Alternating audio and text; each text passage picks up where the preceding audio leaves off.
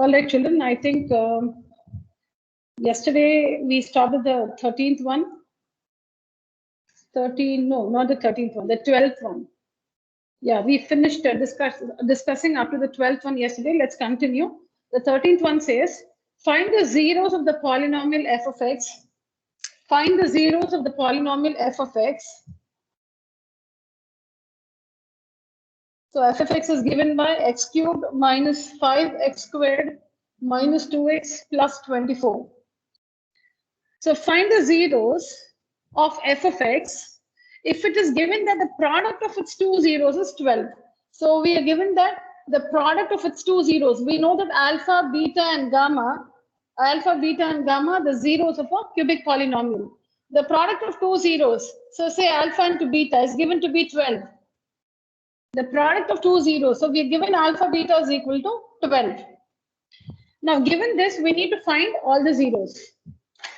Given this, we need to find all the zeros. So what do we have? We are given a cubic polynomial. You can look at f of x. F of x is a cubic polynomial, x cubed. The highest power of the variable x in the polynomial is 3. The highest power of the variable x in the polynomial is 3. And hence f of x is a cubic polynomial. So a cubic polynomial has a maximum of 3 zeros. We call them alpha, beta, and gamma. We are given that the product of two zeros is 12. Product of two zeros. So alpha into beta is given to be 12. Alpha, beta is given to be 12. So with this information, given the cubic polynomial and given that the product of its two zeros is 12, which means alpha, beta is 12, we need to find all the zeros. Product of the zeros is 12. So the zeros can be 1 into 12, 1 into 12, two zeros, the product of two zeros. So they can be 1 into 12 or 2 into 6, 3 into 4. So many combinations. You cannot guess with the product. You cannot make any guess with the product of two zeros is 12. So given this, we need to find all the three zeros of this cubic polynomial. All right. So we know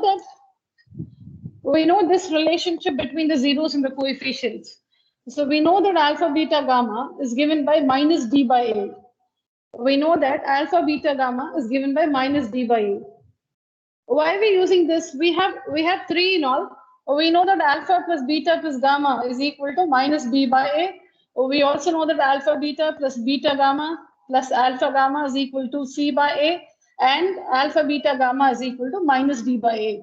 And we choose this because we can easily find the third zero, because we know that the product of two zeros is 12. The product of two zeros is 12. So 12 into gamma is equal to minus d by a. What is d? 24. So minus 24 by 1. You understand that? So see this? In this equation, gamma is the unknown. You can work this and find the value of gamma. So of these three relations, we choose this one, because with the help of this, you can find gamma. Gamma is one of the three zeros of the cubic polynomial. So this is given to be 12. 12 into gamma is equal to minus d, which is 24, by a, which is 1. So gamma is equal to minus 24 by 12, or gamma is equal to minus 2. So now what did we learn yesterday? Or what did we understand yesterday? We know one of the three zeros. We know the value of one of the three zeros of this polynomial. We know the value of one of the three zeros of this cubic polynomial. So now tell me, children, what next? Now that we know gamma is minus 2, if gamma is minus 2, what is the factor? If one zero is minus 2, what's the corresponding factor? X plus 2. X plus 2. X plus 2 is a factor.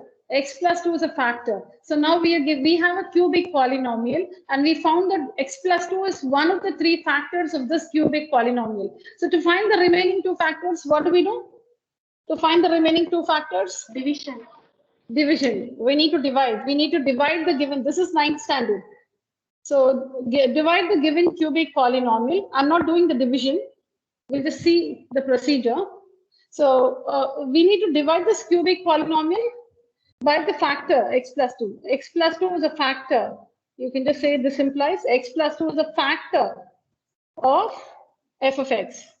X plus 2 is a factor of f of x. So now let's divide f of x by this factor x plus 2. And then this will give you a quadratic quotient. This will give you a quadratic quotient. This one will give you a quadratic quotient. Remainder will be 0 because you're dividing this expression by its factor. So when you divide a number by its factor, the remainder will be 0. When you divide a number by its factor, the quotient will not be 0. The remainder will be 0. Similarly, f of x is the expression, and we know that, or f of x is a cubic polynomial. We know that x plus 2 is a factor of this cubic polynomial f of x. So when you divide this expression by its factor, we will get a quadratic quotient and the remainder will be 0. Quadratic quotient because we have x cubed here and here it is x. So x cubed divided by x is equal to x squared. So the first term here is x squared. The quotient will be a quadratic quotient. And then to find the remaining two factors, we have to factorize the quotient. We need to split the middle term or factorize the quotient and find the remaining two factors. And with the help of the two factors, find the zeros. With the help of the two factors. So supposing the quotient can be written as, x minus 4 into x minus 5. So correspondingly, the zeros are 4 and 5. Or suppose this is, the quotient can be factorized as x minus 4 into x plus 5. So 4 is 1 0 and 4 is 1 0 and minus 5 is the other 0. So this is the procedure. So yesterday, now compare. See, now the order in which the questions are given in the assignment is meaningful if you understand clearly. Now in yesterday's question, that is yesterday's meaning the 12th question, the last question which we discussed yesterday, the 12th one. So there also we were given a cubic polynomial with a different information. The sum of its two zeros, I think, was 12. Whatever. So given a cubic polynomial and given that the sum of its two zeros is 12, we had to find all the zeros. So in that case, when an information of that sort is given, sum of two zeros is 12, then we use this relation. Alpha plus beta plus gamma is equal to minus b by a. And this alpha plus beta was given to us. So I don't remember, but let's say 12. So 12. So when sum of the two zeros is given,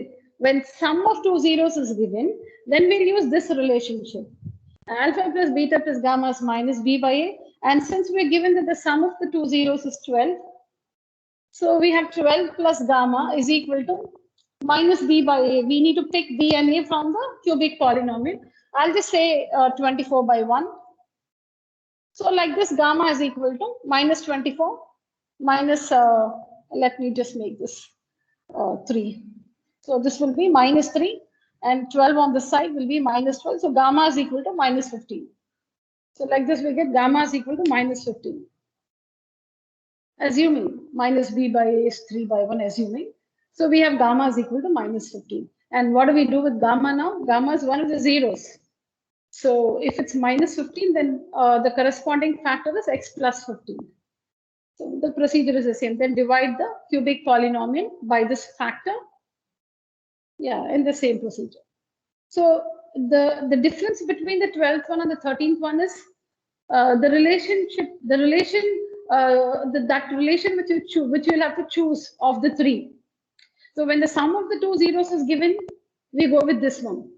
When the product of two zeros is given, we go with this one. Alpha beta gamma is minus b by a. So this will give us 1 0. So we find the corresponding factor, divide to find the remaining two factors. If the sum of the zeros is given, the sum of two zeros is given, then we use this relationship to find the third zero, and then that factor, divide, remainder will be 0, the quotient will be quadratic, factorize the quadratic quotient, you will get two linear factors, equate each linear factor to 0 to find the two zeros of the polynomial. The two zeros from the quotient and one more zero which you already know. So That way we have all the 3 zeros of the cubic polynomial. I hope that was clear, children.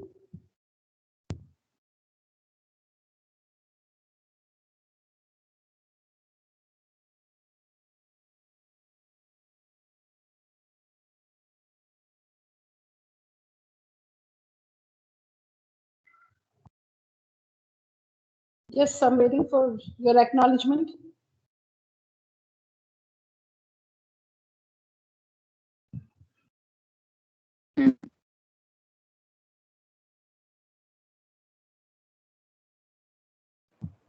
Yes, ma'am.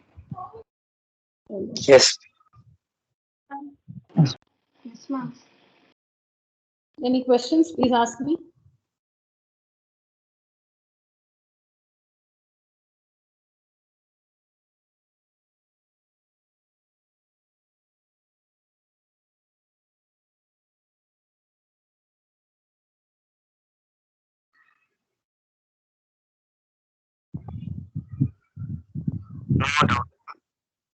All right.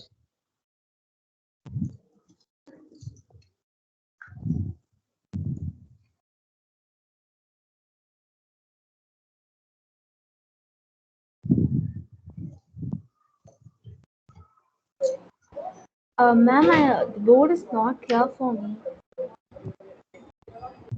Okay. Who's that? Reshmika, ma'am. Lakshita? Reshmika. Reshmika. Yes, ma'am. Meaning it's, you're trying to say it's not focused properly, or No, focusing all right, but the letters are not coming clearly. It's not clear actually. Board is not clear. okay. Let me just wait if most of them have the same problem. Okay, ma'am.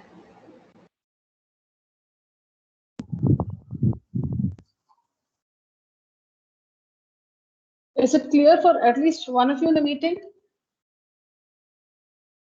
Yes, ma'am. It's clear. Yes, ma'am. Who is that? Yes, Yes, ma'am. ma'am. Okay.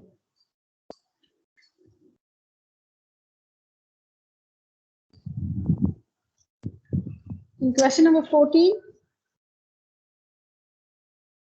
So here it is again, find the zeros of the polynomial f of x. Again, it's about finding the zeros. So f of x is a cubic polynomial, x cubed minus 12x squared plus 39x minus 28. And it's given that the zeros are in AP. It's given that the zeros are in AP, arithmetic progression. AP meaning arithmetic progression. So for now we'll just learn how to assume the zeros if the 3 zeros are in AP. Arithmetic progression on its own is a chapter in your syllabus. So we'll see the contents in detail when we take up that chapter. For now, AP is arithmetic progressions, and it's given that the zeros are in arithmetic progression. In question number 14, we are given a cubic polynomial. And it's given that the zeros of this cubic polynomial, are in AP meaning arithmetic progression. Given this information, so see in 12, 13, 14, what is the question like? We are in all these questions 12, 13, and 14, we are given a cubic polynomial with different information. Given a cubic polynomial, in the 12th one, we were given the sum of the two zeros. In the 13th one, we were given product of two zeros. And here it's given that the zeros are in arithmetic progression. So given different conditions, we learn how to find the zeros of the cubic polynomial. Given different conditions, we learn how to find the zeros of the cubic polynomial. Correct, children? In question number 12, cubic polynomial, sum of two zeros is whatever, something like 12. Sum of two zeros was given to us. And with that information, we had to find all the zeros of the polynomial. In question number 13, again given a cubic polynomial and product of two zeros. product of two zeros, something. With this information, we have to find all the zeros of the polynomial. And here, it's given that the zeros are in AP. The zeros of the the zeros of the cubic polynomial are in arithmetic progression. So we know that the zeros are alpha, beta, and gamma. So if the zeros are in arithmetic progression, we'll assume them to be A minus D, and A plus D. I don't want you to ask any questions related to the assumption now. You will not get any deviation. So in this chapter, it will only be maximum. It will be given that the zeros are in AP, nothing more than that. So when you read this, the zeros are in AP, are in arithmetic progression. This is how you assume. Let the zeros be A minus D, A and A plus D. Let the three zeros be A minus D, A and A plus D. A minus D, A and A plus D. Now we know that, again, we have all these three relationships, right? The sum of the zeros is minus B by A. So let's do that first. So see, we always take the help of one of the three relationships between the zeros and the coefficients. We know the three relationships between the zeros and the coefficients. The zeros, alpha, beta, and gamma, coefficients A, B, C, D. We almost at the end of the chapter. Zeros are alpha, beta, and gamma. And the coefficients are A, B, C, and D. Reshmika, is the board better now? No, ma'am, but I'm joining another device to check whether board is clear. Okay.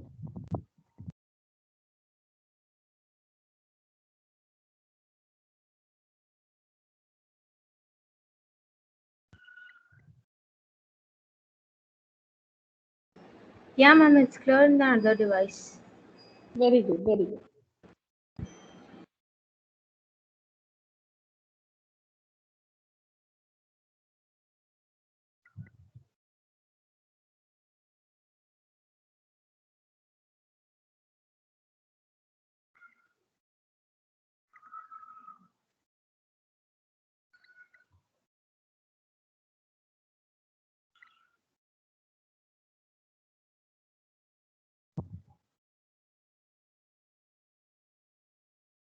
All right. So here we know that alpha plus beta plus gamma is equal to minus B by A. And since we have this letter A, small letter A already here in the assumption, we'll just use a capital letter minus B by A like this, just to differentiate. Children, are we following? What is the question? We are given a cubic polynomial.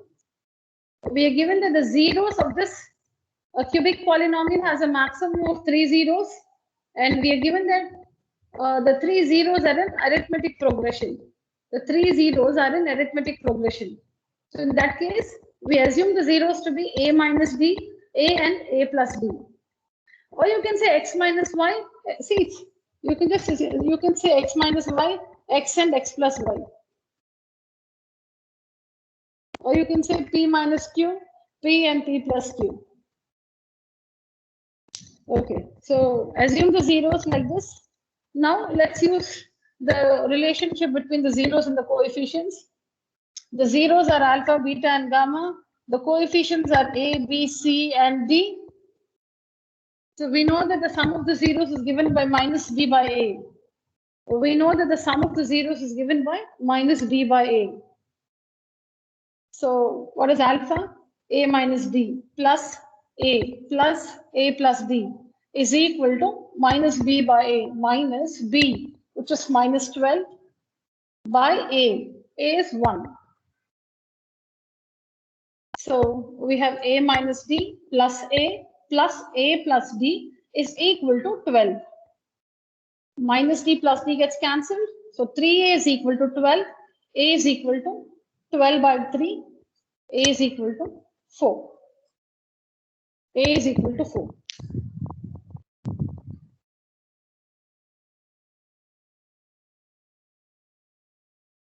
Now next, what can we do, children? What can we do next?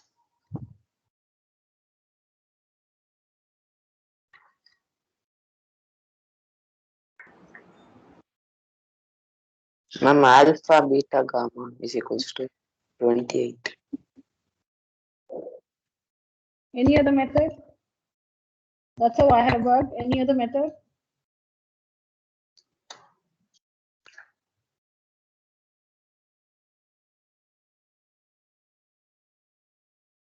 Yes, I want the answer from you. Ma'am, alpha beta plus beta gamma plus No. No. Something else. Alpha, beta, alpha into beta into gamma. X minus 4 is a factor of f of x. Yeah, correct. X minus 4, because what do you understand from this? A is equal to 4. Who's A? Who is A? Who's A? A is beta. And who's beta? Beta is one of the zeros. So beta is one of the zeros and beta is called A and A is 4, which means beta is 4. Beta is 4. Correct? That's what we've been doing in 12 and 13. See, now 14 we forgot that. A is 4. Who is A? A is assigned to beta. So beta is A and A is 4. So beta is 4. Who's beta? It's one of the three zeros. So one of the three zeros is 4. That means x minus 4. The variable is x? Yeah. If the polynomial was in variable y, then you'll have to say y minus 4 is a factor. Y minus 4 is a factor. All right. So now x minus 4 is a factor. X minus 4 is a factor of f of x. And then you know what to do. So you'll finish it yourself. We found one of the three factors. Since we found one of the three factors, now the next thing is to divide. Divide the cubic polynomial by this factor and find the remaining two zeros. Children, I'm moving ahead. Any question? In the material, so you will learn it in more than one method. So in the material, I worked it in a different way. You can also do that. But since we found one zero, you can also use this procedure. Since we found 1 0, A is 4, which means beta is 4. And if beta is 4, that means x minus 4 is a factor. And now that you have a factor, divide the polynomial by this factor to find the remaining two zeros. All right. I want to put you on a test.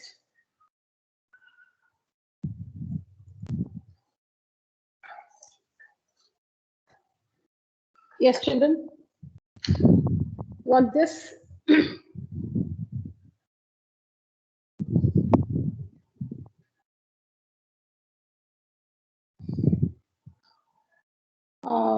Some of us have not turned on the video, but maybe I did not give a prior information in the group. So in the classes, in the upcoming classes, you have to turn on your video. So that goes without saying, even if I forget to mention in the group. So online class, all students have to keep their videos turned on. So for today, if you want to turn off your video, you can turn it off. You can turn off your video if you're not, because I've not informed you to do that. In case you have any concern, you can turn off your video for today.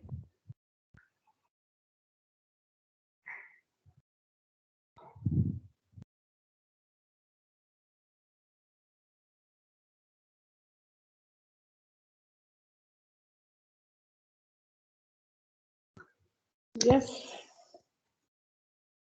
So this is your test question.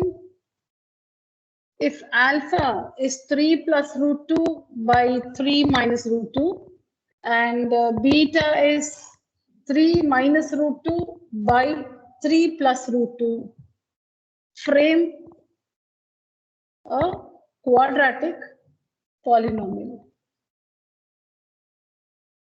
Let me make it more clear.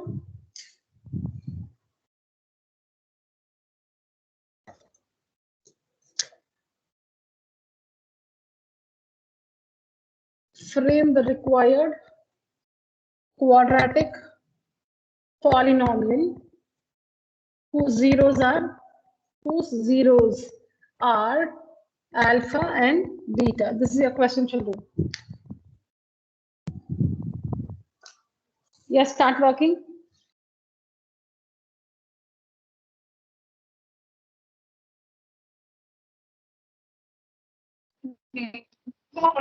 Ma'am, board is not. Okay, let me send a picture.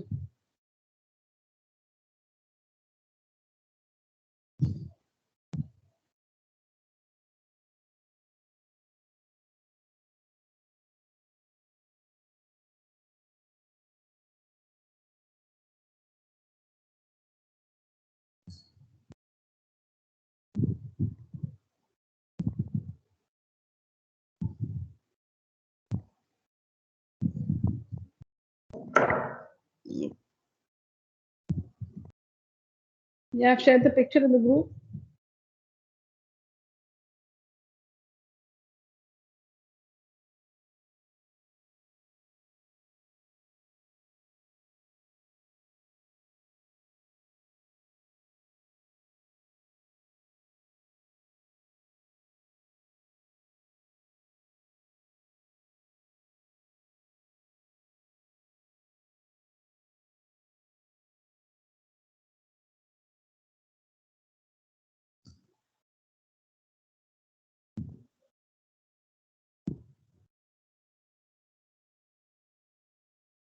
Okay, I hope you've taken down the question. I'm turning off my video so that I can work the answer on the board. Children, I'm turning off my video so that I can work the answer on the board.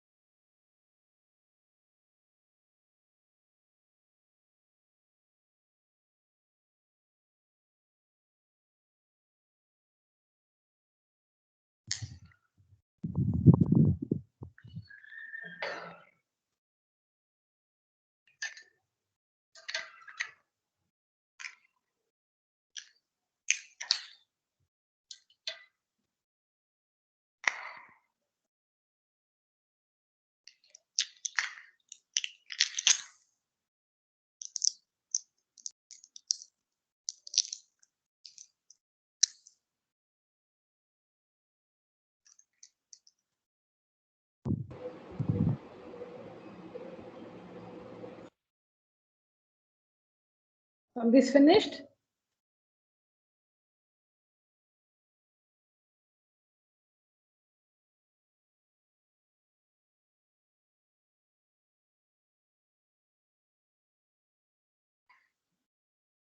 Ma'am, Done, Srinivasan?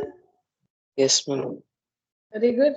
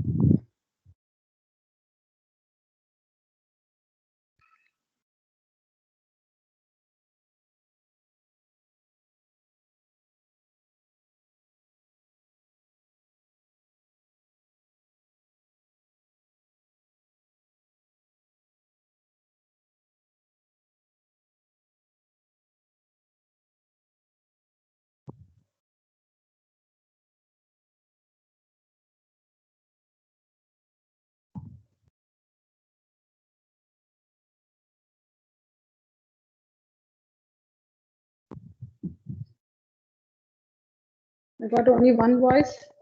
What about the others?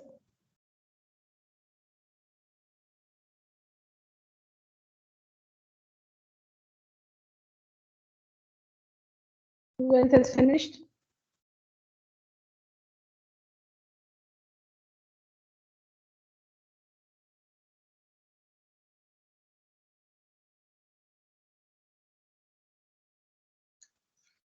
Harshita, Sudarshan, Arnav, Akshay, Hariharan, Priya, Lakshita, Muttuvel, Mafi, Parthavi, Ashwin. Eating? Okay.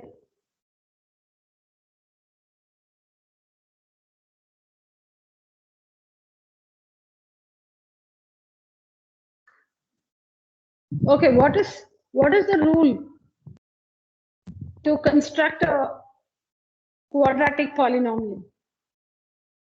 What is the rule to construct a quadratic polynomial?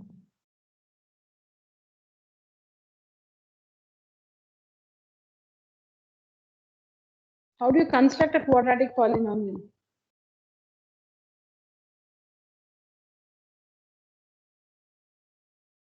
All right. So you see here the required quadratic polynomial. This is the rule which we use to construct a quadratic polynomial. See, don't get confused between these two. Ax squared plus bx plus c is the standard form. Ax squared plus bx plus c is the standard form of a quadratic polynomial. Ax squared plus bx plus c is the standard form of a quadratic polynomial. So when do we use this? When we have to bring out the values of a, b, and c. So supposing I have a quadratic polynomial like this, 3x squared minus 7x minus 4. Now, if I have to bring out the values of a, b, and c, then I compare this quadratic polynomial with the standard form ax squared plus bx plus c. Given this quadratic polynomial, if I need to find the values of a, b, and c, a is the coefficient of x squared, b is the coefficient of x, and c is the constant. Then I compare this one with ax squared plus bx plus c. So from which we get a is 3, b is minus 7, and c is minus 4. And c is minus 4. But if you have to construct a quadratic polynomial, given its zeros or given some information, we need to construct the polynomial. Then this is the rule: x squared minus alpha plus beta of x plus alpha beta. You can also write this as x squared minus sx plus p. That is sum of the zeros. Sum of the zeros into x plus p. The required quadratic polynomial is x squared minus sum of the zeros into x plus p. P is the product of the zeros. So this is what it is: x squared minus s is the sum of the zeros into x plus product of the zeros, alpha beta. So see, this is the x square term, this is the x term, and this is the constant. X square term, x term, constant. So now we've already found alpha plus beta and alpha beta. How do you find alpha plus beta? Alpha is given to us, beta is given to us. Alpha plus beta. This is alpha, this is beta. Take up the common denominator, 3 minus root 2 into 3 plus root 2. So that will give us 3 plus root 2 the whole square. LCM. Multiply this one with 3 plus root 2 and multiply this with 3 minus root 2. Just take the common denominator and work it. Now in the numerator, I've simplified in a different way. I have used identity. Now like we know a plus b the whole square minus a minus b the whole square is equal to 4ab. There is another identity. A plus b the whole squared plus a minus b the whole squared is equal to 2 of a squared plus b squared. You just save your time. If you use these identities, you can only save time. You can save time, 2 or 3 minutes you can save. And in an examination, 2-3 minutes matter. If you save 3 minutes in 4 questions, in answering 4 questions, if you save 3 minutes in each question, you're saving 3 minutes per question. So like that, you save 3 minutes for 4 questions. So 3 into 4, 12 minutes you save. In 12 minutes, you can answer one 5-mark or 4-mark question. So in an examination, every minute matters.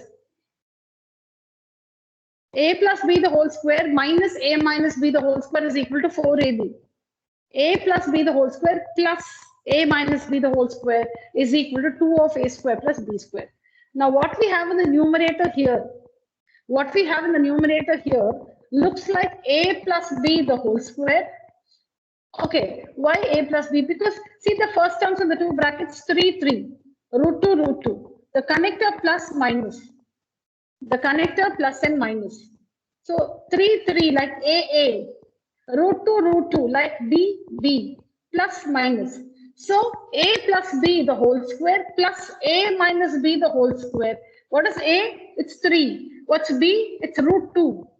A plus b the whole square plus a minus b the whole square. What is a plus b the whole square plus a minus b the whole square? If the question looks like this, then this is the answer. That's how we've learned in standard 8. An identity has both the question and answer in it. If one part of the identity is, if the question looks like one part of the identity, the answer is the other side of the identity.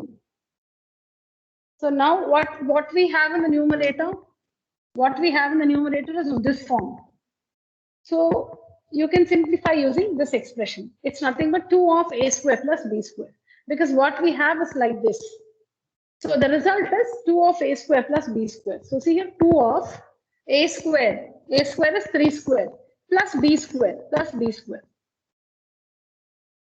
Over, this is like a minus b to a plus c, so a squared minus b squared. That's it. Simplify and you get 22/7. So alpha plus beta, we are given alpha and beta. So we first have to find alpha plus beta. Alpha plus beta is 22/7. And then we need to find alpha beta, the product of the zeros, alpha beta. Alpha beta. What will happen when you multiply them? They just get cancelled. 3 minus root 2, the denominator and numerator here. 3 plus root 2, the numerator and denominator gets cancelled. So alpha beta is 1. So remember, if we have to construct a quadratic polynomial, if we have to construct or frame a quadratic polynomial, the rule is x square. That is, we are constructing the polynomial in variable x. You can also use y. You can use any variable. The default variable is x. So if you have to construct a quadratic polynomial in variable x, the rule or the format is x square minus sum of the zeros into x plus the product of the zeros. This is the rule. So you can say x square minus sx, s sum sx plus p product. This is the rule we use to construct a quadratic polynomial. So if we have to use this rule, then we need to prepare something. We need to find the sum of the zeros, or we need to find the product of the zeros. That's what we do first. Given alpha and beta, we need to first find the alpha plus beta. We need to next find alpha beta. Okay, anything first. You can find alpha beta first and then alpha plus beta, any order. So here you see alpha plus beta, which is 22 by 7. See, children, I think I am teaching and revising also for you. Please have the patience to listen to me. I hope you're all doing that. First find alpha plus beta, then alpha beta. And while simplifying here, I told you it's an important identity. A plus b the whole square plus a minus b the whole square is 2 of a square plus b square. So you save time. See, if not, what can you do? See, you will have to expand it. A plus b the whole square is a square 2ab b square. Here also a square 2ab b square, and do the usual process. That also will give you that also should give you the same result. Okay, so 22 by 7. Then alpha beta is 1. Now use the rule. So do all this preparation and now use the rule. X square minus sum of the zeros into x plus product. Substitute. This one is 22 by 7. This is 1. And see, children, I told you, you can also say k into this. You can also say k into x square minus 22 by 7x plus 1, where k is any non-zero real number. You can use k, or you can just leave it like this. X square minus 22x. Okay, 22 by 7x plus 1. But important is supposing objectives, and you're given this option. You don't find it. See, there are many A, B, C, D. We have some options. You're sure it is not D. You're sure it's not C. You're sure it's not B. But A looks like this. A looks like this. You see B, C, D, we have something, but you're sure that it's not B, C, or D. You know it has to be A, but then A is not the answer you have got, or A is not the polynomial which you have written. You can have something like this. So when will you get this? When you multiply this polynomial with 7. When you multiply this polynomial with 7. So you get 7x squared. All of you say hello. Are you all there? Hi, children. Instantly. Hello. Hello. Hello. Hello, ma'am. Hi.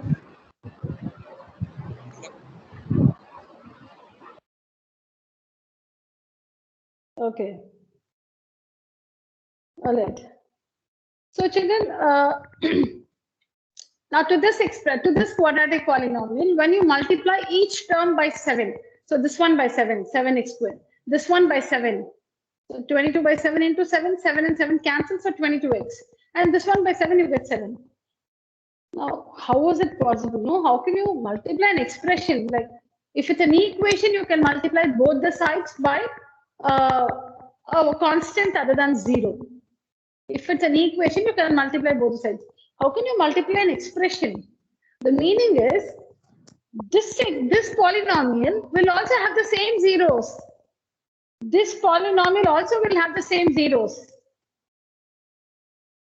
See, we have constructed, this is important, listen. So we have constructed the polynomial like this. This is not the only quadratic polynomial that has these two zeros, alpha and beta. See, what is the question? Let's go back to the question. We are given alpha and beta. We are given some value for alpha. We are given some expression for alpha. We are given a different expression for beta. What is the question? The question is to frame a quadratic polynomial whose zeros are alpha and beta, whose zeros are this and this. Construct a quadratic polynomial whose zeros are this and this. That's the question. So we know the rule is x square minus sum of the zeros into x plus p. So we find the sum of the zeros, and so we find the product of the zeros, and then we write the rule, and we fill the values in the rule, and we are ready.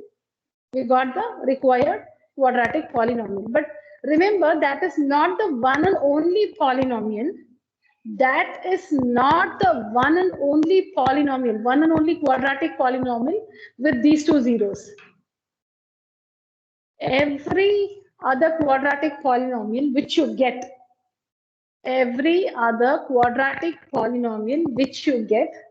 on multiplying this with any value other than 0. So you multiply this with any value, any real value, root 2, root 5, root 2 by root 5, whatever, not 0. So you multiply, you have constructed this polynomial. Now you multiply this polynomial or this expression by anything other than any real value. Okay, we are talking only about real, meaning we still know only real numbers. We haven't gone to complex or imaginary numbers, and that's beyond 10th standard. So we are not talking about such numbers. So you multiply this by any real value other than 0. Also, there are infinitely many quadratic polynomials then there are infinitely many quadratic polynomials. So you can multiply this one with anything other than 0, any real value other than 0. So that means there are so many, you can make so many quadratic polynomials. All those will have the same zeros. All those will have the same zeros. All those will have the same zeros. So this is not the only polynomial. This is not the only polynomial whose zeros are alpha, whose zeros are this value and this value. You multiply this with anything other than 0. Even that polynomial which you get will also have the same zeros. So in the option, if you're given something like this, yeah, you can go with this because this quadratic polynomial multiplied when every term, when all the 3 terms of this polynomial is multiplied by 7, it gives us this correct option. Or you multiply this one with something like 14. I'm just saying, for example, or minus 7. Say minus 7. So you will get minus 7x squared plus 22x minus 7. Yeah, that's what they find. Okay. Yeah, now continuing with the test.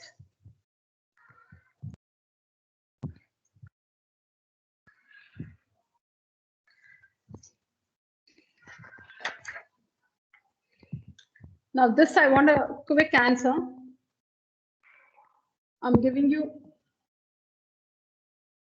see the information is different.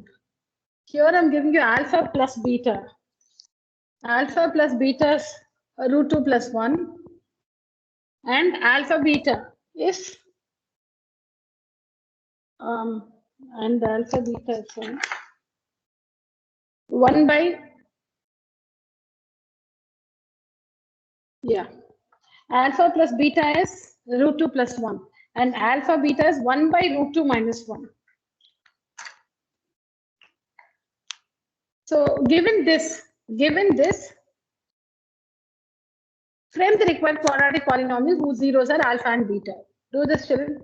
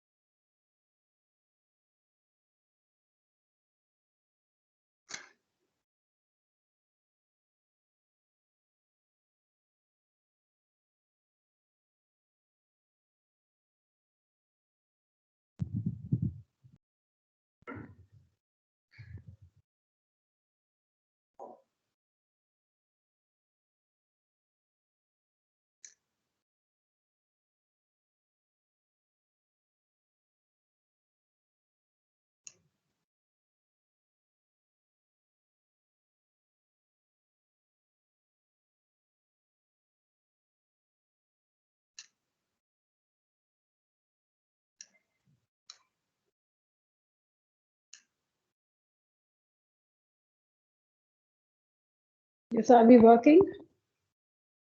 Tell me once you finish.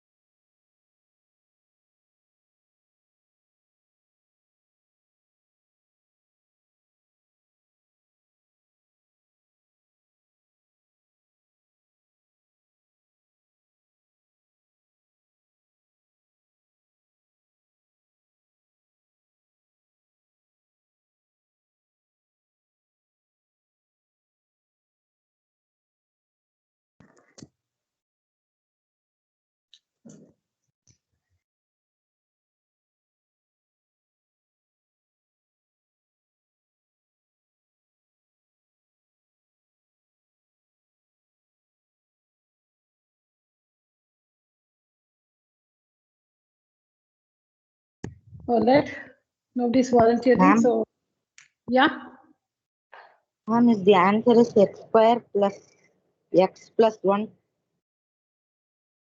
X squared plus x plus 1. Huh? Let me check. Okay. So, here, let me check Hariharan. So, here we are given information of a different kind. We are given alpha plus beta straight away.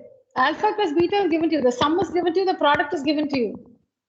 So we don't have to make any preparation.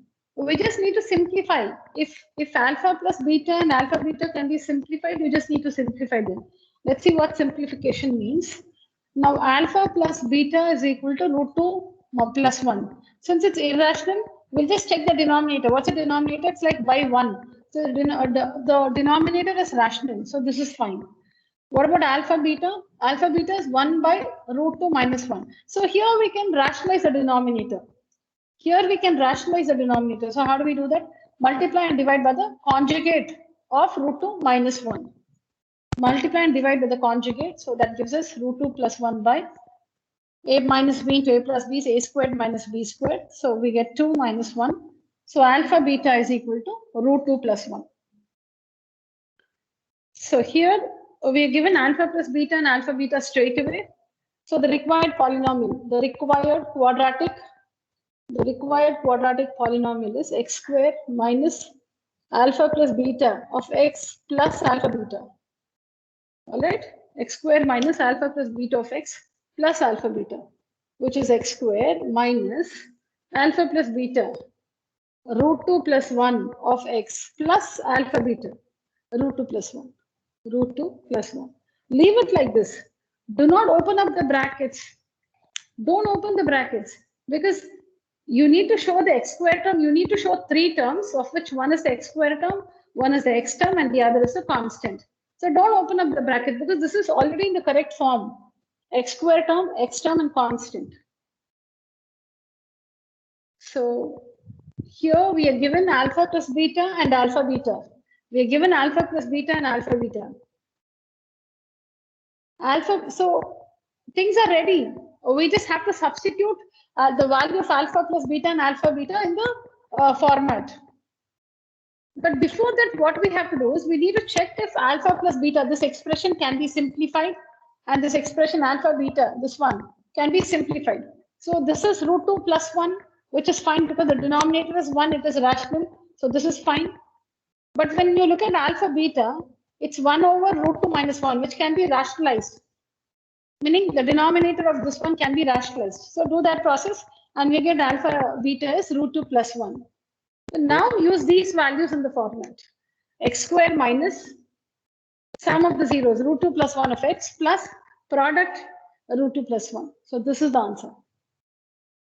Or this one multiplied by any non-zero real number.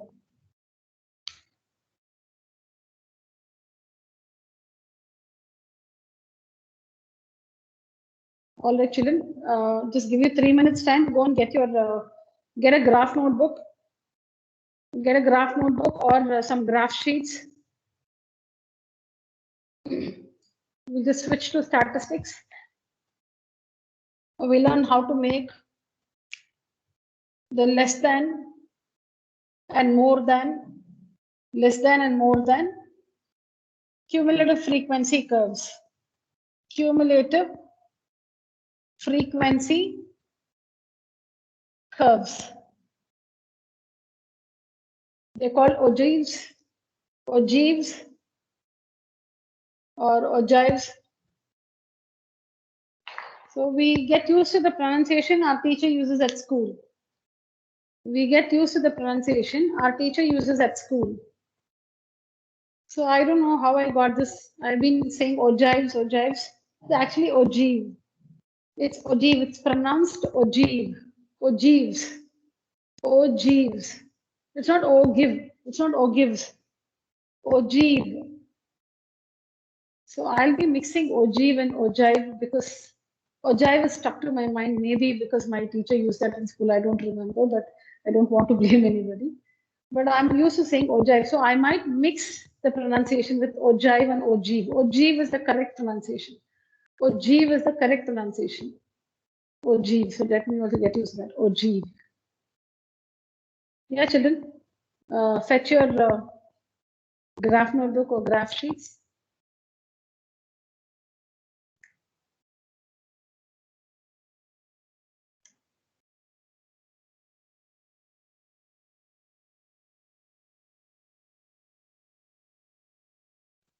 Ma'am, how many graph sheets, ma'am? Maybe one or two, that's all. We can make only one or two in the class today.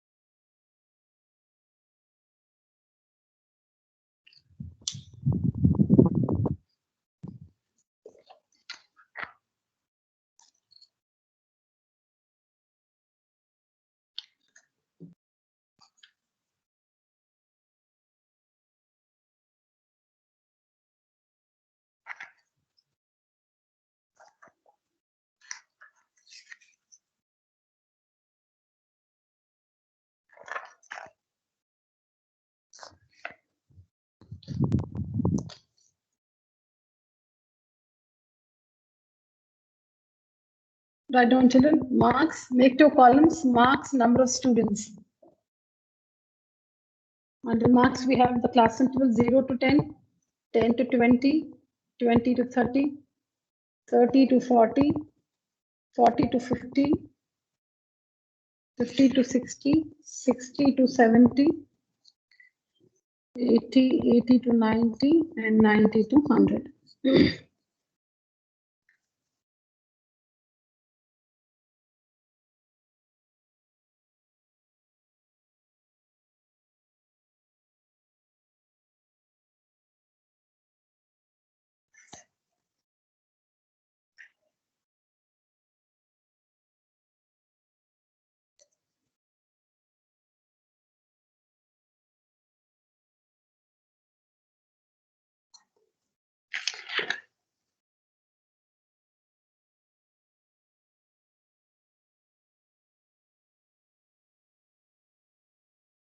Five, 3, 4, 3, 3, 4, 7, 9, 7, 8.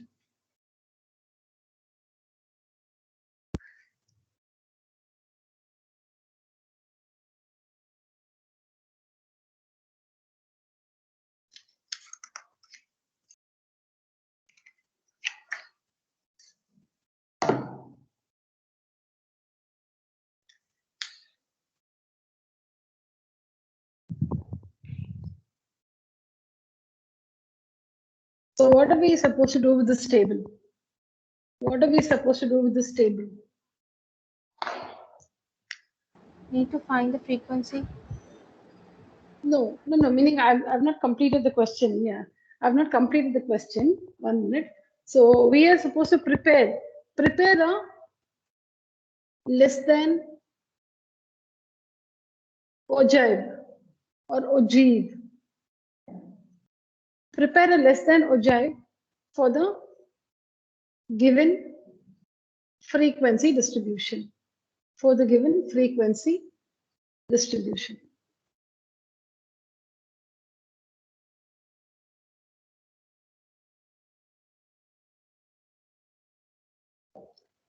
So we're given a frequency distribution or a frequency table showing the class intervals and frequencies.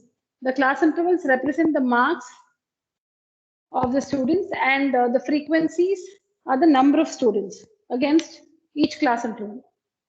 Now, for this data, we need to prepare a less than ogive. There are two types of ogives: less than ogive, and more than ogive.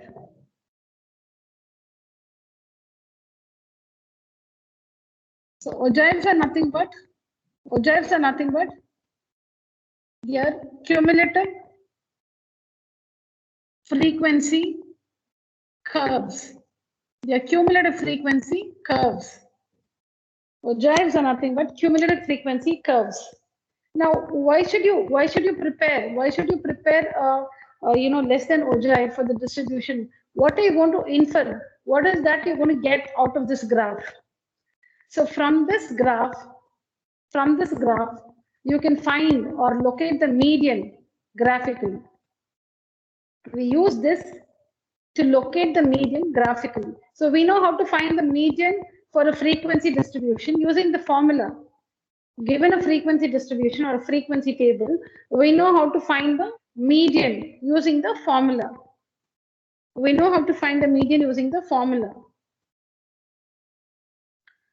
So we can also find the median of a frequency distribution graphically.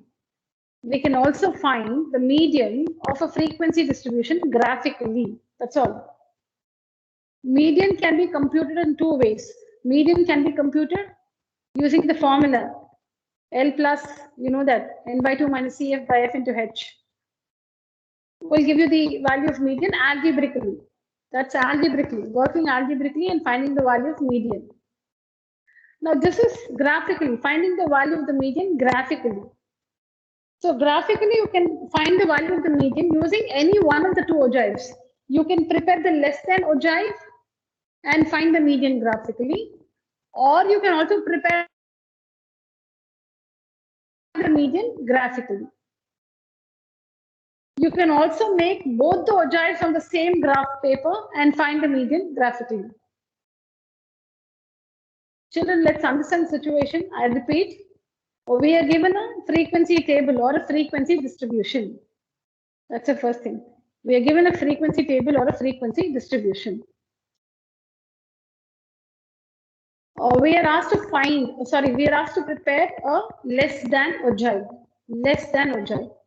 Why? To locate the median graphically, to find the median graphically. So median can be found using formula. Median can also be, so that is algebraically. Median can be found algebraically or graphically using the ogives. So we have the less than ogive, we have the more than ogive. Both of this will help us to find the median graphically. So you can make this separately and find median. You can also make this separately and find median. Sometimes we're asked to make both the ogives on the same graph paper and asked to find the median.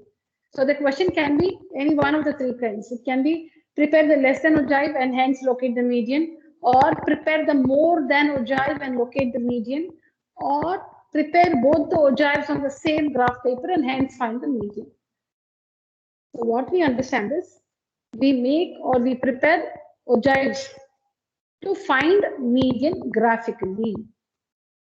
All right.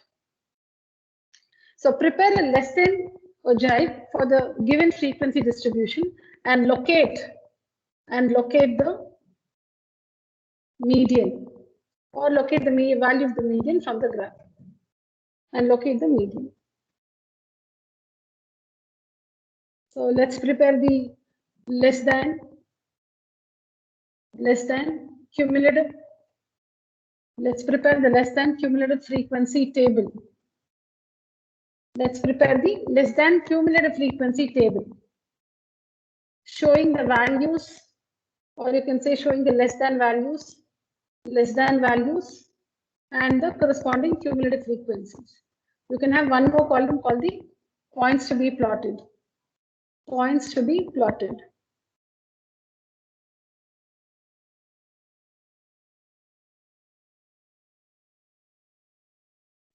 Write down, children. Write down this. I'll wait for you to write this.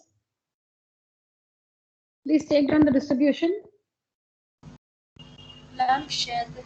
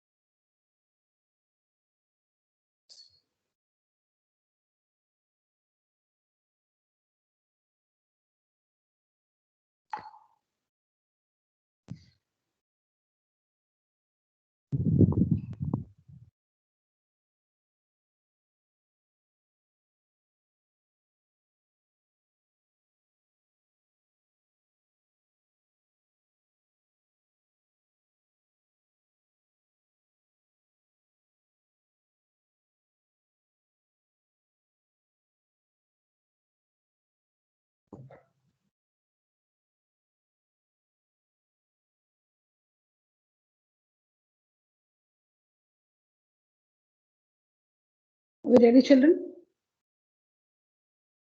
Yes, ma'am. Okay. What about the others? Yes, ma'am. Yes, ma'am. Yes, ma'am. Ma'am. Yes, ma'am. Ma'am. Yes, ma'am. All right. So we're given a frequency distribution, and we are going to prepare the less than cumulative frequency distribution or less than cumulative frequency table.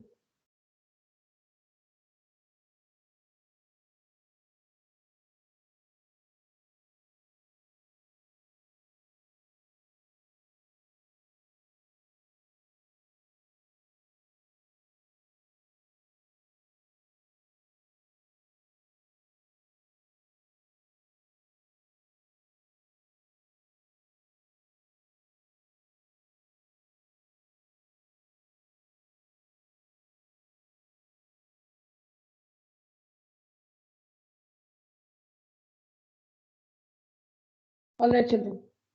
So under the values less than values.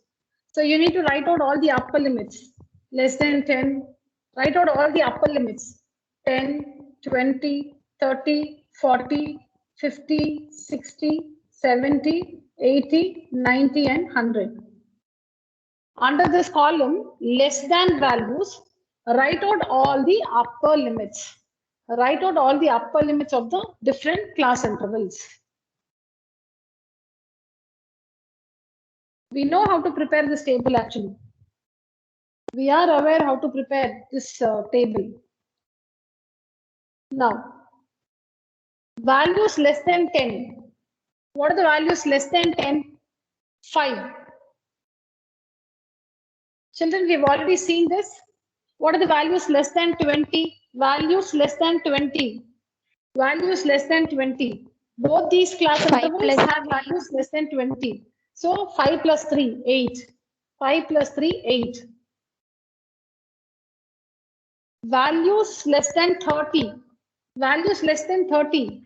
All these three class intervals have values less than 30. Because 0 to 10 has values less than 30. 10 to 20 has values less than 30. 20 to 30 also has values less than 30. So the first three class intervals hold values less than 30.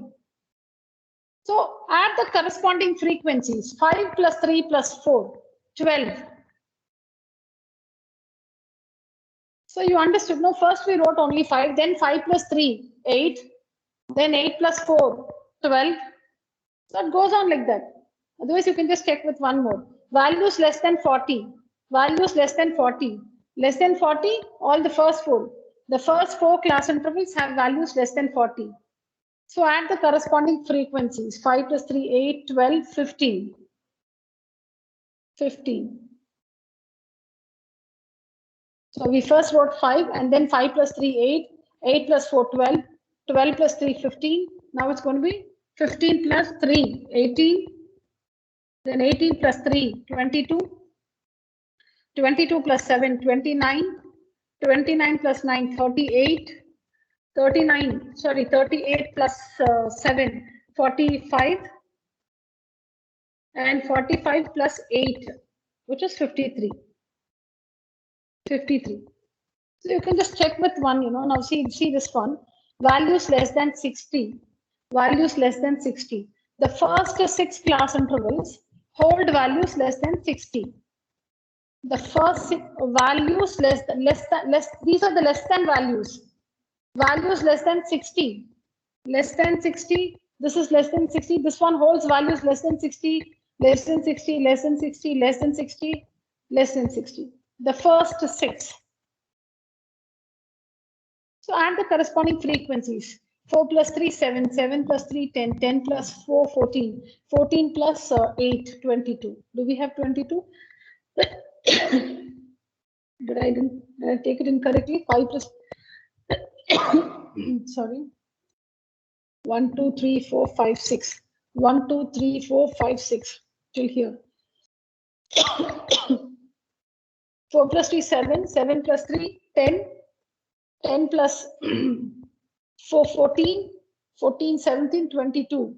Where are we, children? Oh, it's 22 only. I didn't see it correctly. It's 22. Again, 60 plus 22. I was just looking at 29. From there, I was looking at 29. Sorry. So you can see it's 22.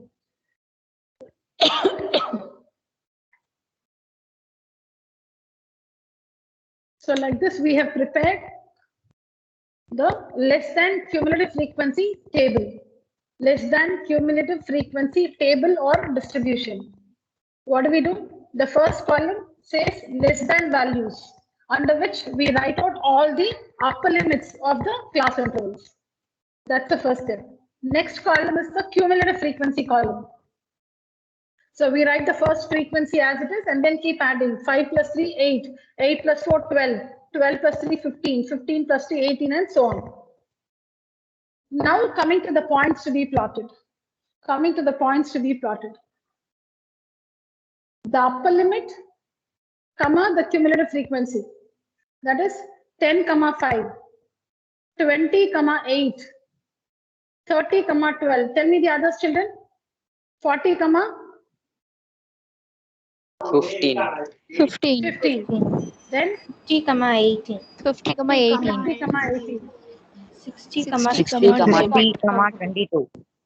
Very good. 70, 70, 29. 29. Very good. 80, 38.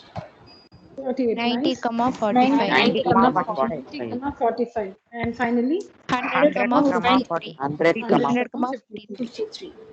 All right. So this is how we prepare. This is how we prepare the. Now this is required only if we have to make the ogive. Points to be these ordered pairs. These are called ordered pairs. These are called ordered pairs. Ordered pairs. We need to generate the ordered pairs only if we are going to make the ogive. We need to generate these ordered pairs only if we have to make the graph. Otherwise, for a less than cumulative frequency table, we show only these two columns. For a less than cumulative frequency table, we make only two columns, less than values and cumulative frequencies. All the upper limits, less than, right? All the upper limits. And generate the cumulative frequencies. That's all. But since we have to make the graph, since we have to prepare the less than ogive, we show the points to be plotted. So the points to be plotted are 10, 5, 20, 8, and so on till 100, 53.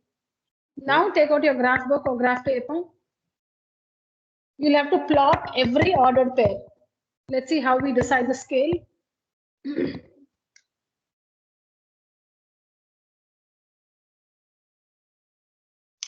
Yeah, I'm just waiting. Now copy this into your book. I'll give you some time.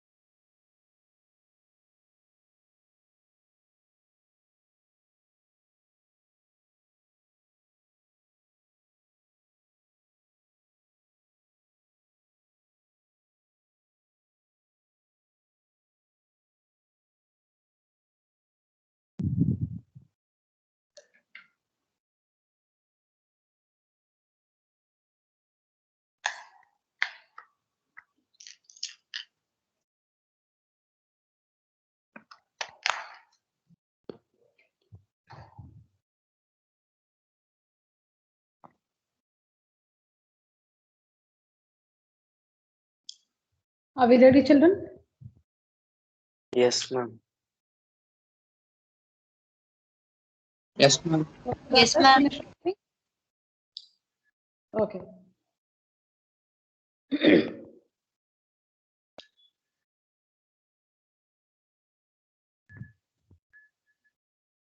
So now, write out all these values. Always write out all these values on the x-axis. Only on the y-axis, we'll have to select a suitable scale. On the x-axis, just write out all these values as they look. 10, 20, 30, 40, 50, 60, as they look.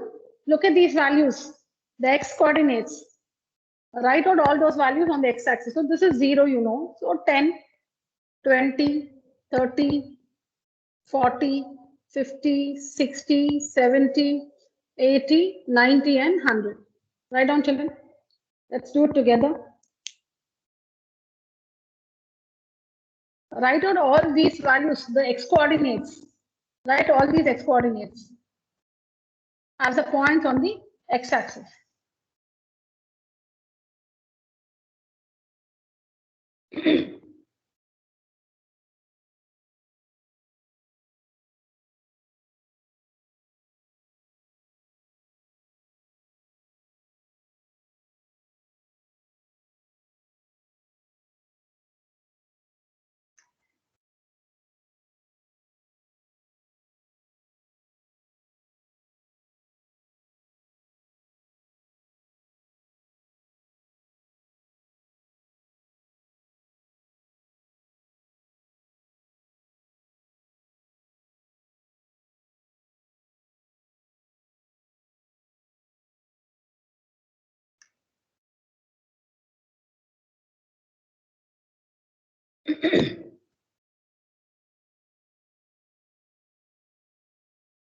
Reshmika, log out from that. Leave the meeting from the device which you're not using. Okay, ma'am. Yeah.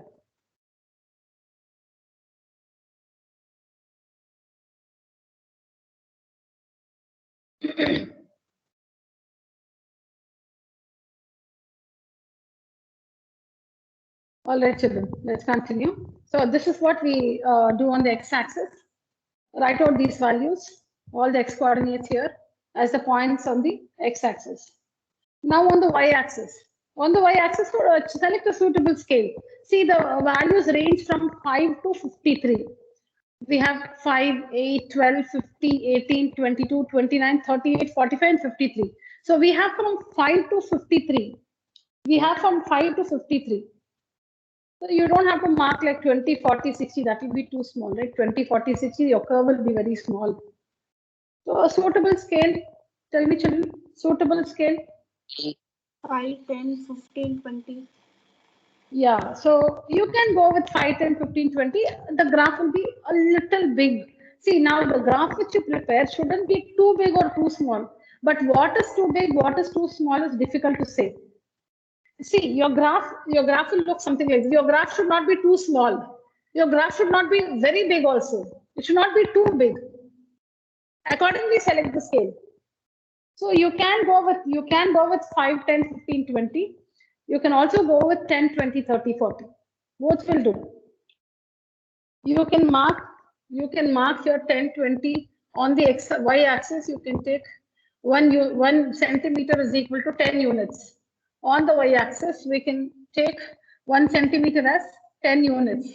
So 10, 20, 30, or 5, 10, 15, 20. That's also fine. But now you work with 10, 20, 30 on your own. Later you can try it with 5, 10, 15. So 10, 20, 30, 40, 50. We also need 60, no? Because we have 53. We also need 60. Are we clear with the scale, children? On Yes, the x-axis. Yes, ma'am. Yeah, on the x-axis, nothing to decide. Simply write these values.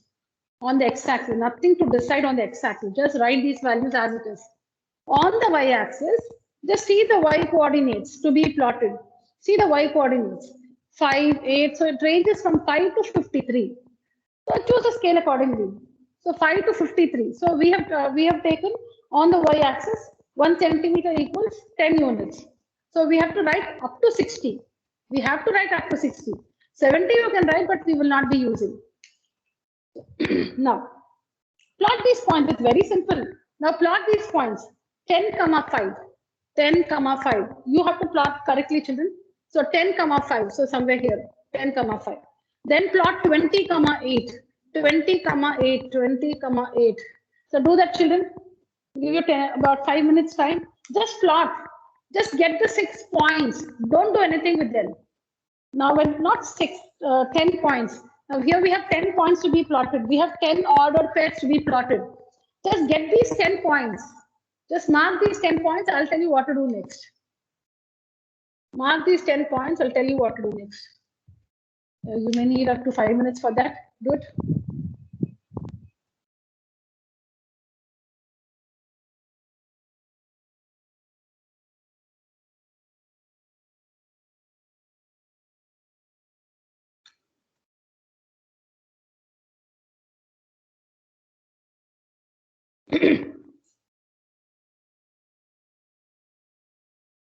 I'm done.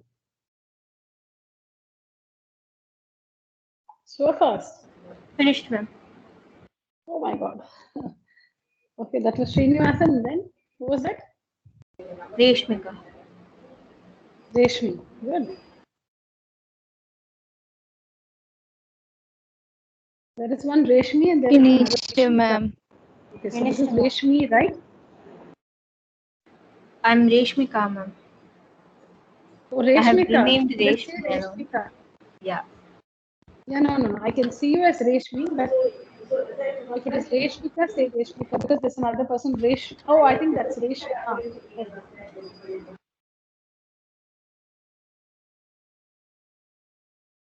Completed, ma'am.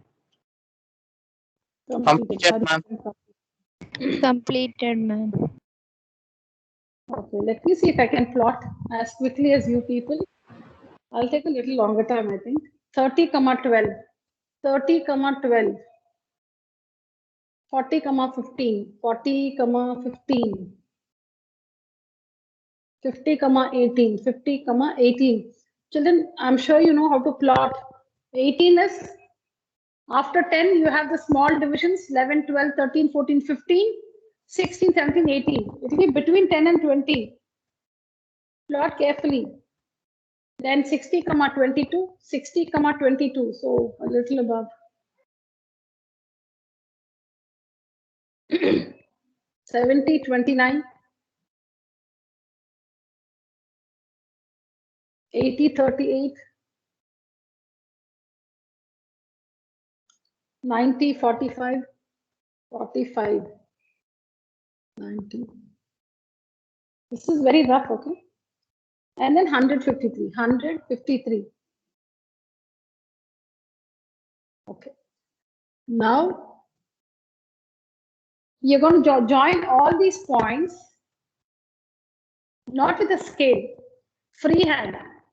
When you join the points, when you join the consecutive points using a scale, that's called a cumulative frequency polygon. And there we have to do one more adjustment there. So we are not doing a cumulative frequency polygon. If it's a polygon, then we join the consecutive points using a scale. Now this is what we are making. This is a cumulative frequency curve. And we get a curve by joining the consecutive points using your free hand, not a scale. Just use free hand, make a smooth curve. Just join these points. Be very free. It won't be a straight line, children. It won't be a straight line.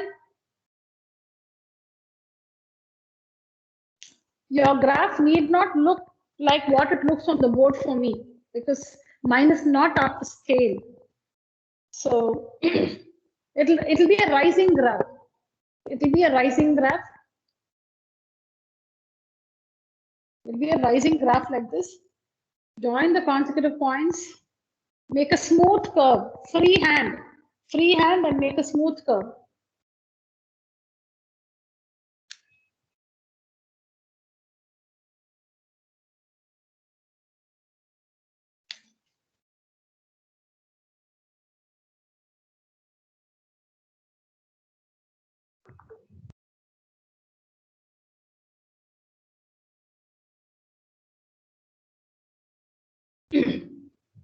Very good. Harshita has shared her picture. Very good. Harshita.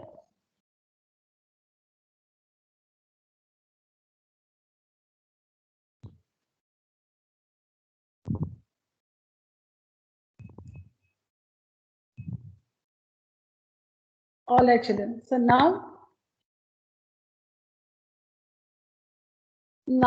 after plotting the points, after plotting all the 10 points and joining the consecutive points with a free hand and making a smooth curve, the resultant graph is the less than ogive. Ogive is one term for cumulative frequency curve. Ogive is one word for cumulative frequency curve. Cumulative frequency curve is the phrase. Less than is, see, less than ogive is nothing but cumulative frequency curve. So you can say, what are the two ways of saying? You can say less than ogive,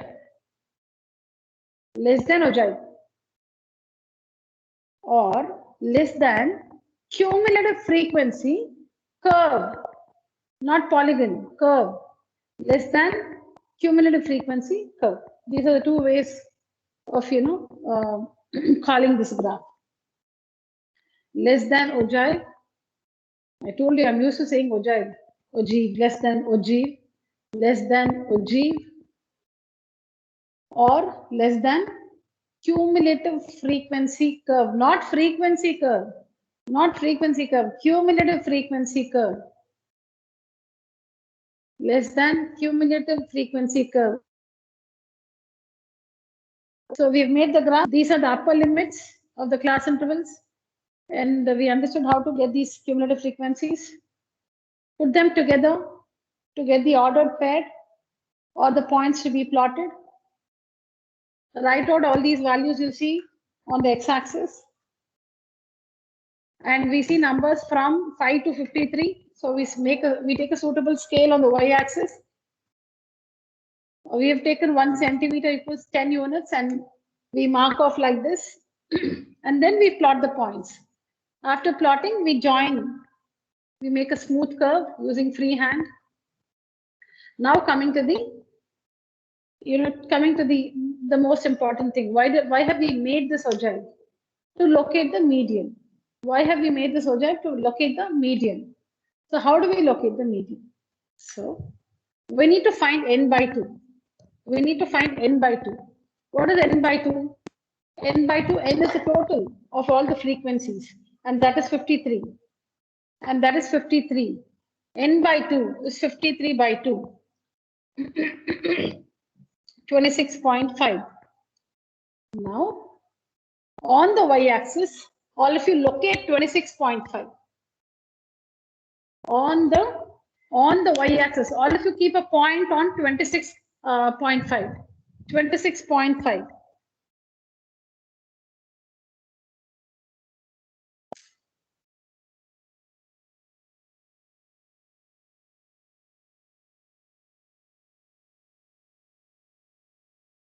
Done? Yes. N by 2. Yeah, n by 2. That is the total of the frequencies, n. 53 by 2. 53 by 2 meaning 26.5. So once you get this value on the y-axis, find that point which is 26.5. So it will be 20, 21, 22, 23, 24, 25, 26. Between 26 and 27 will be 26.5.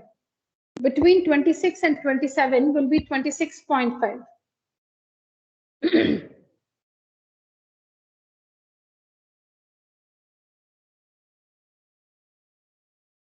So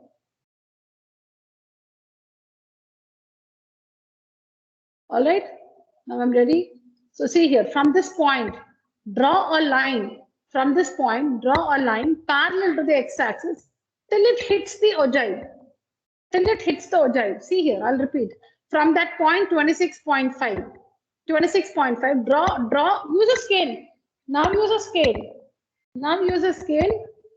Draw a line parallel to the x-axis So don't draw a line like this. You should draw a line parallel to the x-axis. Draw a line parallel to the x-axis. How long to draw?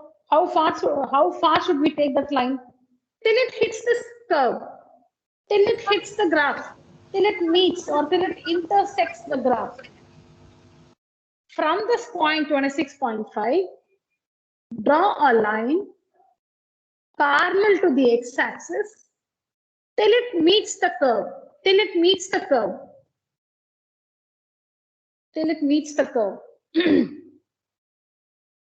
Now when this line intersects with the curve, from that point drop a perpendicular on the x-axis and find the value of this point. This is the value of the median. This is the value of the median. Ma'am, for me it's 66. Ma'am, for me 65.5. For me it's I'll tell 60. you, there is a trick there. There is a trick to find the value correctly. See, you cannot get the exact value, meaning you can get, but then it sometimes there is this error, when we plot the points, because when you have to plot, see, not every point is located accurately on the graph. It depends on the scale. So not every point is located accurately, precisely on the graph paper. Sometimes we just take an approximation. So in that case, the value of the median, you will not get it precisely on the graph paper. Sometimes we may, it depends on the data and the scale we have chosen. Sometimes we may get the correct value. Sometimes we may not get. But how do you always show the correct value on the graph paper? How do you always show the correct value on the graph paper? We'll see how to do that. Now this is what it is. So after getting the curve, we need to find the value of n by 2. N is the total of the frequency column, divide by 2. And that is 26.5. Locate 26.5 on the y-axis. On the y-axis, mark of 26.5. 26.5. Through that point, draw a line parallel to the x-axis. Till it hits the curve, till it meets the curve. See here, it meets the curve here. Till here, stop here. Because it's already met, the line meets the curve, right? The line, it meets the curve here. So stop. And from that point, drop a perpendicular to the x-axis. From that point, drop a perpendicular to the x-axis. And read the value of this point. Now, this is between 60 and 70. This is between 60 and 70. So, see, now I cannot say what it is, but maybe I can just take the help of the answer in the book.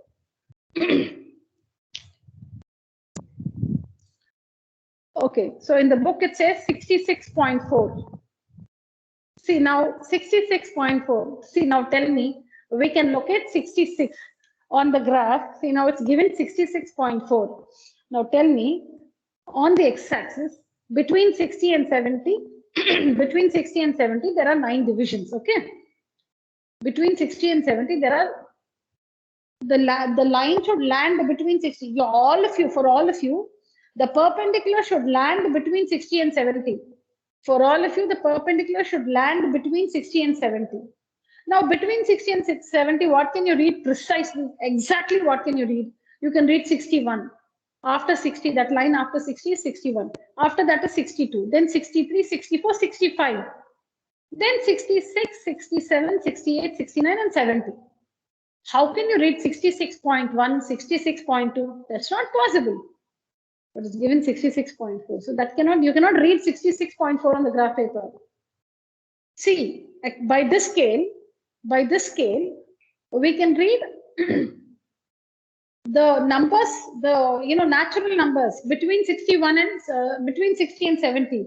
You can see 61 exactly, 62 exactly, 63 exactly, 64, 65, 66. Hope we follow that. This is 60, this is 70. So this is 61, 62, 63, 64, 65, 66, 67, 68, 69, and 70. Now this is 66. This is 67. How can you make out 66.4 between that? How do you know it is 66.4 and not 66.1 or 2? It's so difficult. That's what it is. Okay. So what have you got? Some of you gave me the values. What is that landing point on the x-axis? 60? 66. 67. 66. I got 66. 66 is fine. Then 66, 67. 67. Yeah, 66 is fine. It will be actually somewhere between 66 and 67. It will not land on exactly on 66, not exactly on 67. Somewhere between 66 and 67. But if it is on 66, is also fine. Or on 67 is also fine. Not exactly on 60, ma'am. Not exactly on 60. 60. 60, ma'am. No, it should not. It should no. The line will not land on 60 or 70. It will land No, on that's this what line. I'm also saying. It's not land on the perfect 60.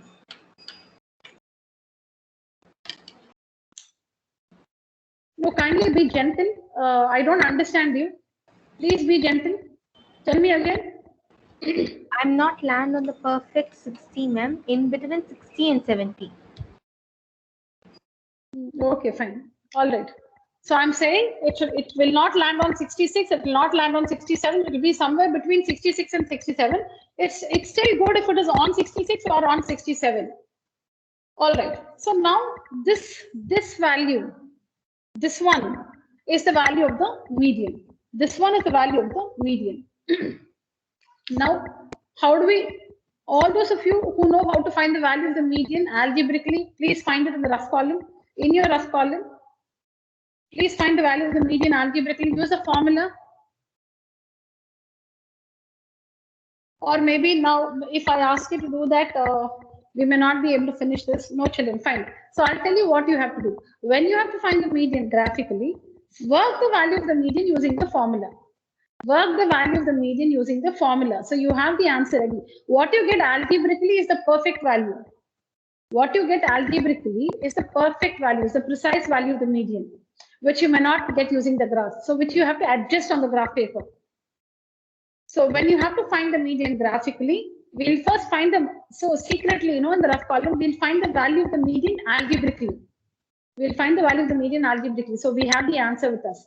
And that will be 66.4. That's what is given in the book. So that will be 66.4. So you know that your line has to land on 66.4, but not 66.4, maybe 66 or 67. That's it. So if your line lands on 60, you know you're wrong, because algebraically you got 66.4. So if your line lands on 60, you're sure you're wrong. Or if it lands, very far away from 66, to the right or left, very far away from 66, you're wrong. So find the value of the median algebraically, and that will help you understand if your graph is correct or incorrect.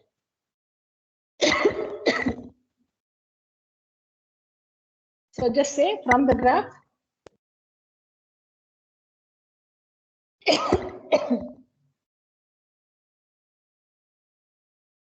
from the graph, the value of the median is, you can say 66 or you can say 67. But children, I don't think it's correct to write 66.4, because how can you make out 66.4? So you cannot write that. You can either write 66 or 67. So from the graph, the value of the median is 66, or not 66 by 67, 66 or 67. Now, what are the other things you need to, mention on the x-axis and y-axis? What are the other things you need to mention? So what are these less than values? Or you can say marks less than. Marks less than. And what about this? Number of students. Number of students. You have to name the x and y axis.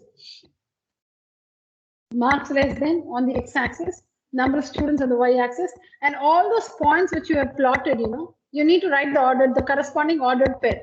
You need to write the corresponding ordered pair for all these points. All the points you've plotted. For all the points you've plotted, you need to write the corresponding ordered pair.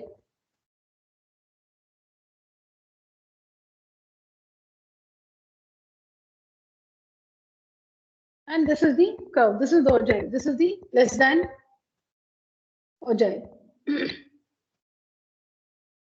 So your graph is incomplete without all this.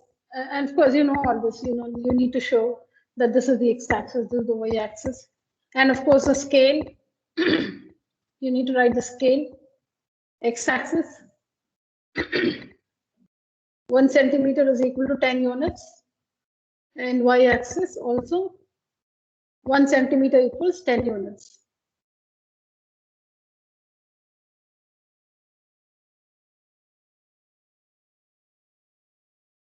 So scale, and then the details on the x-axis and the y-axis, the ordered pairs, all the 10 ordered pairs. And you can just write n by 2 here. You can just write n by 2 here. And this is the value of the median.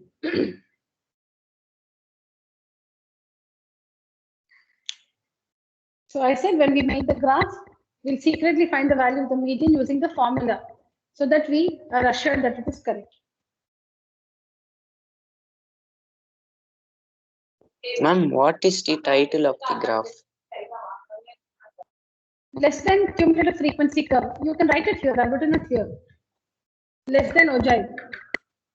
I've written it here. See here on the curve itself. This is the graph, and this is the name of the graph. Less than ogive. This is the graph, and this is the name of the graph. Less than ogive. Now using the same thing, let me explain now the more than ogive also. For the students who know how to prepare the more than cumulative. So you need to, to make the less than ogive, you need to prepare the less than cumulative frequency table. You need to prepare this table, less than cumulative frequency table for the less than ogive. And correspondingly, you need to prepare the more than cumulative frequency table to make the more than ogive. Even in the more than ogive, this is how we locate the median from n by 2. Same procedure. Same procedure. I'll just do that quickly.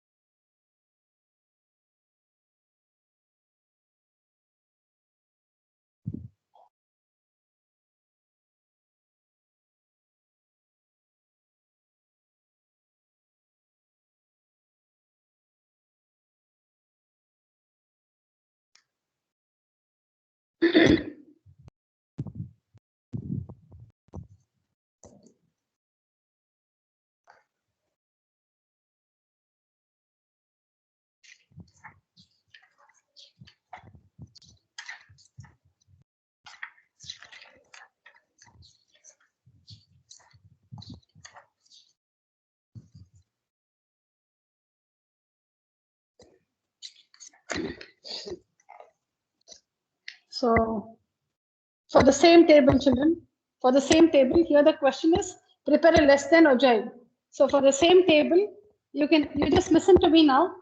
You can do it later. Just listen to me now. For the same table, write out the same table and just change the question. Prepare a more than ogive for the given frequency distribution and locate the median. Locate the median. Just make this more than for the same table. So let's prepare the more than cumulative frequency distribution or more than cumulative frequency table.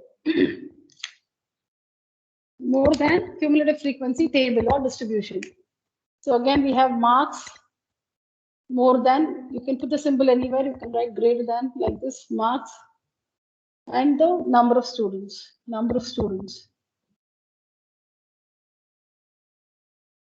You can replace this also with marks. So marks greater than, you need to write out all the lower limits here. Now here we show all the upper limits. Here we show all the lower limits. 0, the lower limit 0, 10, 20, 30, 40, 50, 60, 70, 80, and 90. Show all the lower limits. Marks less than will be the lower limits of the class intervals. Number of students.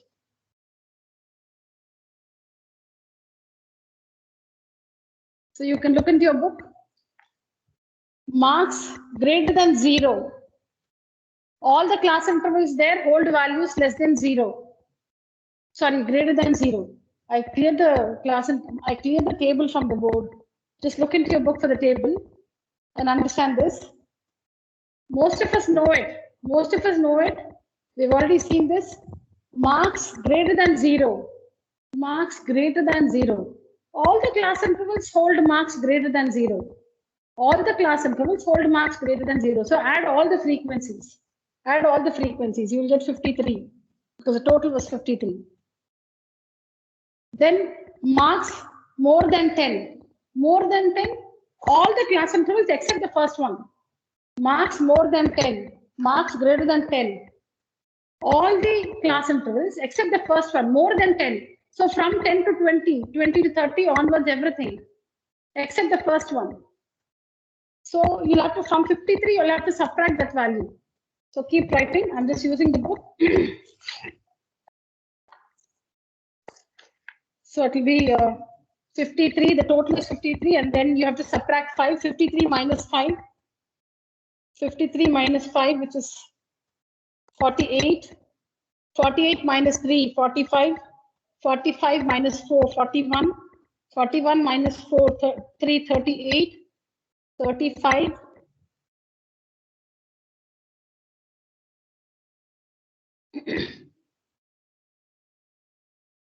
Clear the tables. So sorry, 53, 48 minus 3, 41, 38,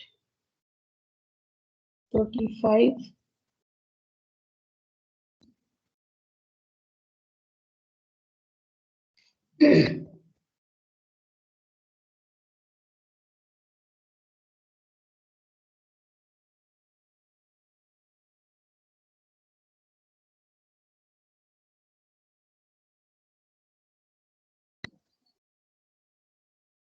Yes, children, you must get these values.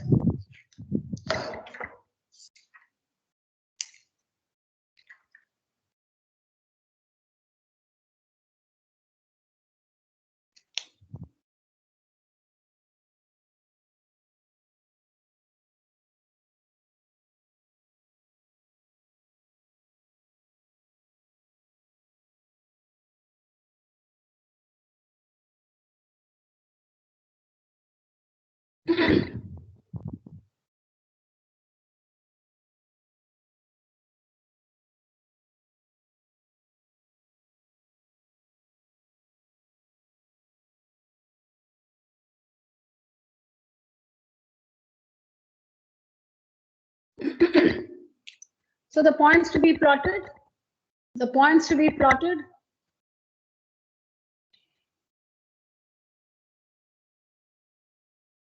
will be 0, 53, 10, 48, 20, 45, 30, 41, 40, 38, 50, 35, 60, 31, 70, 24, 80, 15, and finally 90, 8.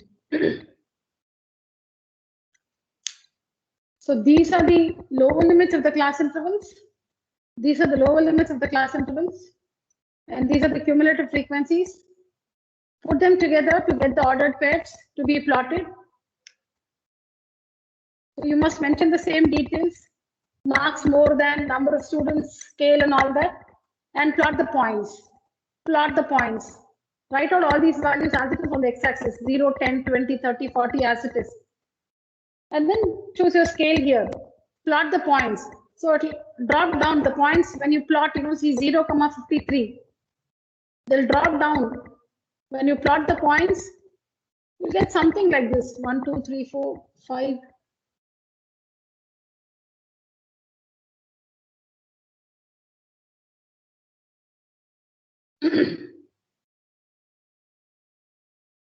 All right.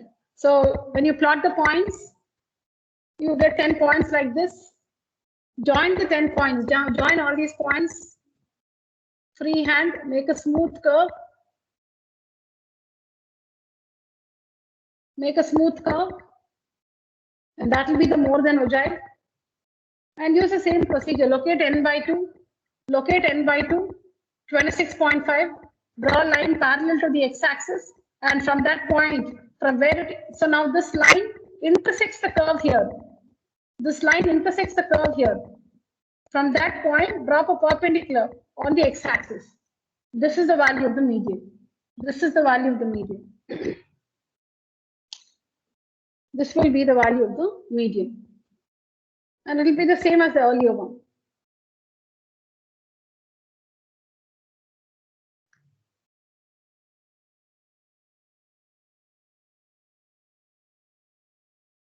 All right, children, that's it for today's session. Complete both the graphs neatly. Yeah, if you have any questions, you can stay back. Otherwise, you may leave the meeting, children. Thank you. Thank you, ma'am. Thank you, ma'am. Thank you, ma'am. Thank you, children. Good night. Thank you, ma'am. Thank you.